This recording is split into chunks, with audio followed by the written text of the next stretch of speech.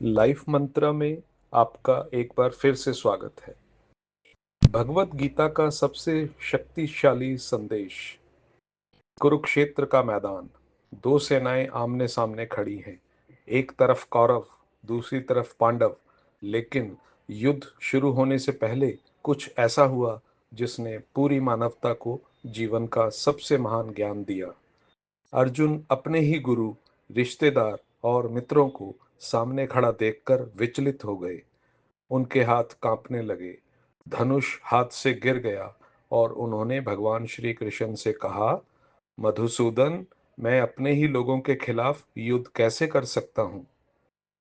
तभी भगवान श्री कृष्ण मुस्कुराए और अर्जुन को जीवन का सबसे महान ज्ञान दिया। यही ज्ञान आज भगवत गीता के नाम से जाना जाता है। भगवत गीता हमें जीवन के 5 महान सत्य सिखाती है। पहला सत्य, कर्म का सिद्धांत। भगवान कृष्ण कहते हैं, तुम्हारा अधिकार केवल कर्म करने पर है, फल पर नहीं। इसका अर्थ है, अपना कर्तव्य पूरी ईमानदारी से करो, लेकिन परिणाम की चिंता में अपने मन को मत उलझाओ, क्योंकि जब इंसान परिणाम के डर से मुक्त होता है, तभी वह अपना सर्वश्रेष्ठ दे पाता है। दूसरा सत्य, आत्मा अमर है। श्री कृष्ण कहते हैं, जिस प्रकार मनुष्य पुराने कपड़े त्याग कर नए कपड़े धारण करता है, उसी प्रकार आत्मा पुराने शरीर को छोड़कर नया शरीर धारण करती है। आत्मा कभी जन्म नहीं लेती और कभी मरती नहीं।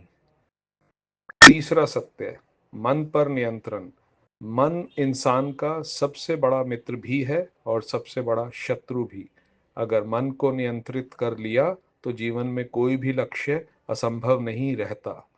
लेकिन अगर मन ही आपको नियंत्रित करने लगे तो दुख और भ्रम ही जीवन बन जाते हैं।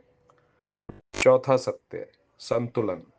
जीवन में सुख भी आएगा, दुख भी आएगा, लाभ भी होगा, हानि भी होगी, जीत भी मिलेगी, हार भी मिलेगी।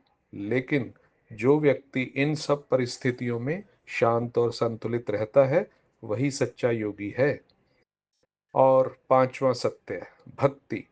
भगवान कृष्ण कहते हैं, अगर कोई व्यक्ति सच्चे मन से मुझे याद करता है, अपने कर्म मुझे समर्पित करता है, तो मैं स्वयं उसका मार्गदर्शन करता हूँ। अंत में श्री कृष्ण अर्जुन से कहते हैं, उठो अर्जुन, अपने कर्तव्य का पालन करो, डर को छोड़ो और धर्म के लिए खड़े हो जाओ।